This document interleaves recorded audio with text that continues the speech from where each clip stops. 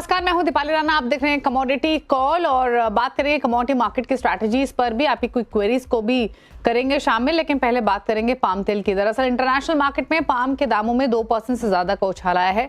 Malaysia में भाव 4,390 ringgit के ऊपर पहुंच गया है। दाम बढ़ने के क्या है कारण, क्या आगे भी तेजी बरकरार रहेगी, इस पर करते हैं बातचीत। जीजीएन रिसर्च के मैनेजिंग पार्टनर नीरव देसाई हमारे साथ मौजूद हैं।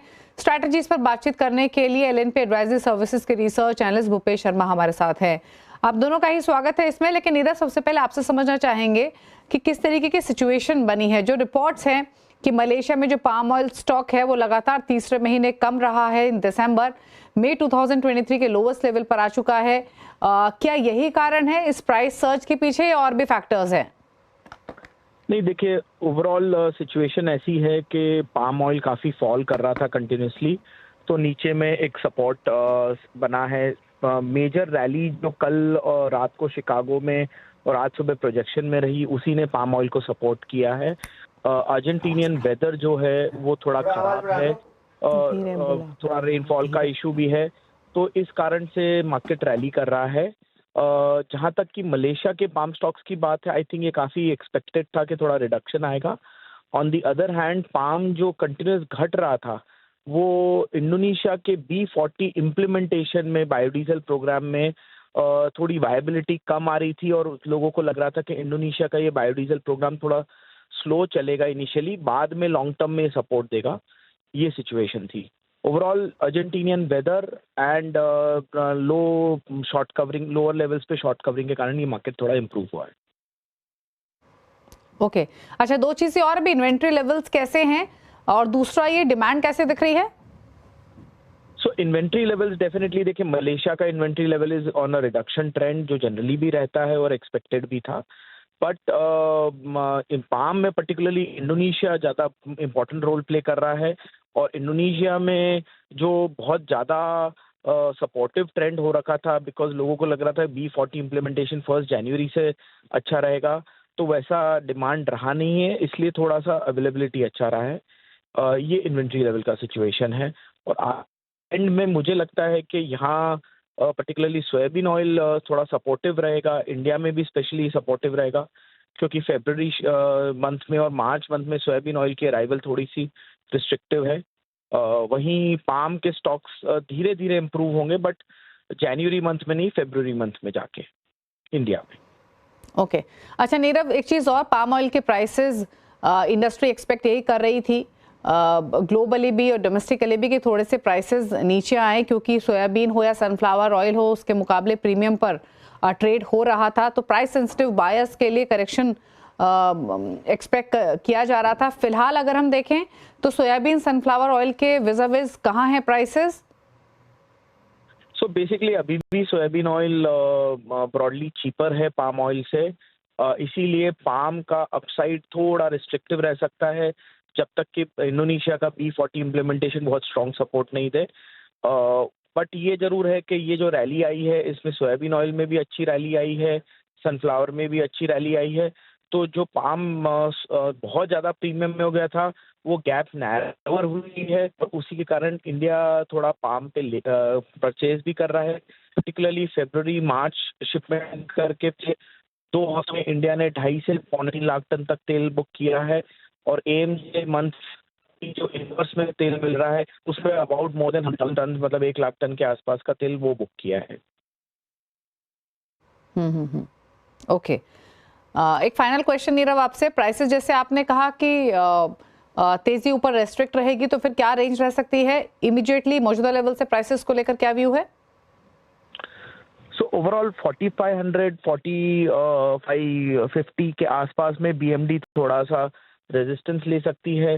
जहां सोयाबीन ऑयल की भी बात है, डोमेस्टिकली इंडिया में भले प्राइस सपोर्टिव ट्रेंड पे रहे, C&F वैल्यूज में मुझे लगता है कि थोड़ा अपसाइड अगेन उसमें भी स्लाइटली लिमिटेड रह सकता है, क्योंकि अर्जेंटीनियन ड्राइनेस जो है वो अभी हाल फिलहाल 1 हफ्ते तक और रहेगी, बट 12 to 13 जनवरी के बाद में रेनफॉल एक्सपेक्टेड है। अगर ये रेनफॉल होती है तो मैं बोलूँगा कि फिर भी सिचुएशन कंट्रोल में है। और वैसे भी इस साल बहुत अच्छा US क्रॉप रहा है, ब्राज़ील एंड अर्जेंटीनियन क्रॉप अच्छा पोटेंशियल रखता है, तो छोटे मोटे क्रॉप शॉर्टफॉल अगर अर्जेंटीना में होते भी हैं तो उसके बाद भी वो काफी वेल सप्लाई रहेगी, वैसा सिचुएशन है। Okay okay, thank you Nirav सभी पर्सपेक्टिव से अपनी राय रखने के लिए। Thank you so much. Bhupesh भी हमारे साथ बने हैं। Bhupesh, overall edible oil pack पर आपकी राय क्या है, और स्पेशली पाम ऑयल प्राइसेस पर? जी नमस्कार दीपाली जी। पाम ऑयल की बात करें तो पाम ऑयल का अभी फ्यूचर वायदा चल रहा है फरवरी का 4556 के आसपास। मुझे लगता है कि इस बाजार में अभी बिकवाली का दबाव लगातार जारी रहेगा, परंतु इसमें गिरावट भी काफी लिमिटेड है। 4350 के नीचे जाता हुआ नहीं लगता। ऊपर में 4650, 4750 ये दायरा एक बना रहेगा आने वाले समय के लिए। ओके, चलिए अब बात कर लेते हैं स्ट्रैटेजीज की, और कमोडिटी मार्केट का पहले तो एक्शन आपके सामने लेकर आते हैं, दिखाते हैं आपको कि किस तरीके का ट्रेड पहले तो नॉन एग्री कमोडिटीज में देखने को मिल रहा है। एक बार सोने चांदी के भाव और साथ ही साथ कच्चे तेल के प्राइसेस आपकी स्क्रीन पर लेकर आते हैं एक एक करके। शुरुआत कर लेते हैं गोल्ड के साथ, जहां पे एक दायरे में ही कारोबार हमने होते हुए देखा है। हालांकि आज आप प्राइसेस देखेंगे तो आधा % ऊपर ट्रेड कर रहे हैं। 78,500 के मौजूदा लेवल्स देखने को मिल रहे हैं गोल्ड में। साथ ही अगर देखेंगे चांदी के भाव को आज के कारोबार में, तो यहाँ भी फ्लैट टूवर्ड्स पॉजिटिव बात साथ ट्रेडिंग होते हुए दिखाई दे रही है। लेकिन लेकर आते हैं आपके सामने एनर्जी पैक। कच्चा तेल 2% ऊपर है, तेजी कॉन्टिन्यूटी में यहाँ पर देखने को मिल रही है। सिमिलरली नेचुरल गैस हर डिप पे बाइंग हो रही है, वापस प्राइसेस 330 के ऊपर आ चुके हैं। यहाँ भी तेजी के साथ कारोबार हो रहा है। और अगर आप देखेंगे बेस मेटल पैक को, तो एल्यूमिनियम जिंक 1% ऊपर है, लेड 0.1% ऊपर है आज के कारोबार में। हालांकि कॉपर बिल्कुल फ्लैट रेट कर रहा है आज के सेशन में, तो यहाँ पर कोई बहुत ज्यादा एक्शन नहीं है। लेकिन एल्यूमिनियम और जिंक और लेड यहाँ पर एक अच्छी तेजी आज के कारोबार में भी देखने को मिल रही है। अब दिखाते हैं आपको एग्री कमोडिटी बास्केट आज के सेशन में, वहां किस तरीके के ट्रेंड्स देखने को मिल रहे हैं। स्पाइसेस का पैक और ग्वार का पैक सबसे पहले आपकी स्क्रीन पर लेकर आते हैं, क्योंकि स्पाइसेस के पैक में जीरा कमजोर 1% नीचे, धनिया आधे % से ज्यादा नीचे है, टर्मरिक बिल्कुल फ्लैट है, ग्वारगम आधा % ऊपर है, और ग्वार सीड में भी आधा % के आसपास की मजबूती है। कॉटन सीड ऑयल के 1% ऊपर ट्रेड कर रहा है, कैस्टर में भी आधा % की मजबूती देखने को मिल रही है। तो ये रहा प्राइस एक्शन। अब इस प्राइस एक्शन के बीच में अपॉर्चुनिटीज कहाँ हैं ट्रेडिंग की, ये भूपेश से पूछ लेते हैं। भूपेश बताइए पहले तो आपकी टॉप ट्रेडिंग कॉल्स। जी मेरी टॉप ट्रेडिंग कॉल्स में रहेगा कि 332.50 के ऊपर नेचुरल गैस में खरीदारी करनी चाहिए। 328 के नीचे का स्टॉप लॉस लगाएं।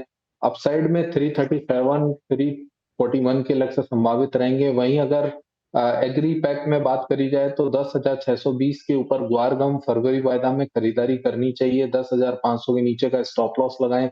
लक्ष्य इसमें 10,730 और 10,850 के संभावित। ये रही आपके लिए ट्रेडिंग स्ट्रैटेजीज। एक ब्रेक के लिए रुक रहे हैं, इसी के साथ लौटेंगे तो क्वेश्चंस को करेंगे शामिल। चलो वापस आते हैं।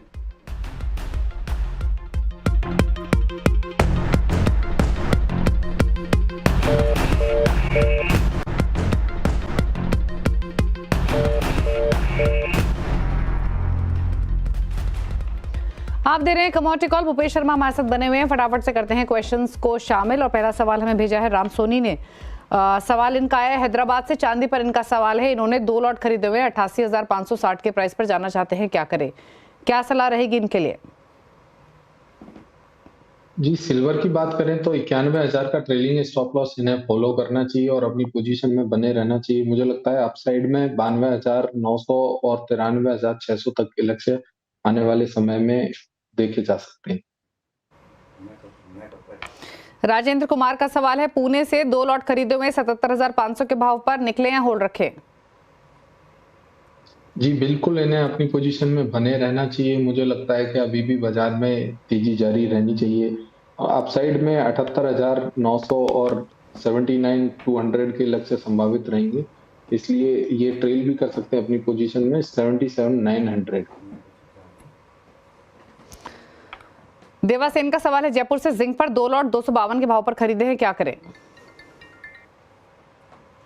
जी इन्हें अच्छा मुनाफा मिल रहा है जिंक में, परंतु करंट ट्रेंड और मोमेंटम की बात करी जाए तो करंट ट्रेंड जिंक का नेगेटिव चल रहा है। मुझे लगता है कि 276 275 एक अच्छी सप्लाई जोन रहेगा जिंक में। एक बार इन्हें अपसाइड में एग्जिट करना चाहिए और दोबारा अपनी पोजीशन के लिए इंतजार करना चाहिए। महेश सिंह ने सवाल भेजा है नेचुरल गैस पर, 2 लॉट 285 के भाव पर, अच्छे मुनाफे में है, लेना है मुनाफा या होल्ड रखें? जी बिल्कुल इन्हें अभी भी अपनी पोजीशन में बने रहना चाहिए। मुझे लगता है कि नेचुरल गैस में अभी 310 का लेवल बहुत आसानी से नहीं टूटना चाहिए। आने वाले समय में 343 और 353 के लक्ष्य बहुत आसानी से संभावित रहे। सचिन कुमार का सवाल दिल्ली से, लेड पर एक लॉट 109 के भाव पे खरीदा है, क्या करें? जी, लेड के ये भाव मुझे नहीं लगता कि इन्होंने इस भाव पर लिया होगा, परंतु फिर भी अगर लिया है तो इन्हें करंट भाव पर लेड होल्ड रखनी चाहिए और लेड का मोमेंटम बहुत डल है। लगभग 2 से 3 रुपए के बीच में भाव होवर करता रहता है, तो इस वजह से ये अपनी पोजीशन को होल्ड कर सकते हैं आने वाले समय के हिसाब से। हाँ, डेफिनेटली थोड़ा प्राइसिंग एरर हो सकता है, 109 की बाइंग अनलाइकली लगती है, बट स्टिल लेड पर आपको राय मिली है। वीरेंद्र शर्मा का सवाल है अहमदाबाद से, कॉपर पर 2 लॉट खरीदे हुए 810 के भाव पर, भाव क्या यहां से और ऊपर जाएंगे, जानना चाहते हैं, और क्या करें इस पोजीशन में? जी, अपनी पोजीशन में 830, 832 के आसपास कहीं भी भाव मिलता है तो एक बार एग्जिट करना चाहिए। मुझे लगता है कि 830 से 35 के बीच में मल्टीपल सप्लाई जोन बने हुए हैं कॉपर के बाजार में और बार-बार बाजार वहां से रिट्रेस होकर नीचे में 810 और 793 के आसपास आता है, तो इस वजह से एक बार एग्जिट करने की सलाह रहेगी।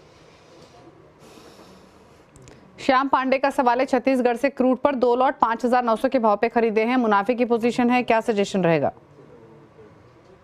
जी, बीते कल भी 100 पर बताया गया था कि 6,300 के भाव पर क्रूड में खरीदारी करनी चाहिए। 6,500 और 6,590 के लक्ष्य संभावित रहेंगे। आज 6,500 के लक्ष्य पूरे हुए हैं, मुझे लगता है 6,590 के लक्ष्य भी संभावित रहेंगे। मयंक का सवाल है भोपाल से, जीरे पर 2 लॉट 21,600 के भाव पे खरीदे हैं, क्या करें इस पोजीशन में? जी, जीरे की जिस हिसाब से पोजीशन पता चल रही है सोइंग की, तो मुझे लगता है कि जीरे में एक बार इन्हें एग्जिट करना चाहिए करंट भाव पर। दोबारा जीरा कहीं 22,500 या 22,000 के भाव पर मिलता है, तब ये दोबारा से री एंट्री कर सकते हैं, इसलिए एक बार इन्हें प्रॉफिट बुक करने की सलाह रहेगी। राजेश का सवाल है मुंबई से, एल्यूमिनियम पर 1 लॉट 226 के भाव पे खरीदे हैं, निकले या होल्ड रखें इस पोजीशन को? जी, बिल्कुल इन्हें एल्युमिनियम की पोजीशन में बने रहना चाहिए। मुझे लगता है कि एल्युमिनियम में ट्रेंड अभी पॉजिटिव बना हुआ है। 249, 253 तक के लक्ष्य संभावित रहेंगे इस मूवमेंट। ओके, चलिए, तो ये रही सलाह आपके लिए एल्यूमिनियम पर। फिलहाल फायदे की पोजीशन है, 244 पर एल्यूमिनियम कर रहा है ट्रेड। इतने ही क्वेश्चंस लेंगे। थैंक यू भूपेश, शो में आने के लिए और सभी क्वेरीज को आंसर करने के लिए। इसी के साथ एक ब्रेक के उस पर आप देखिए आवाज समाचार दीपाली नंदा के साथ। नमस्कार।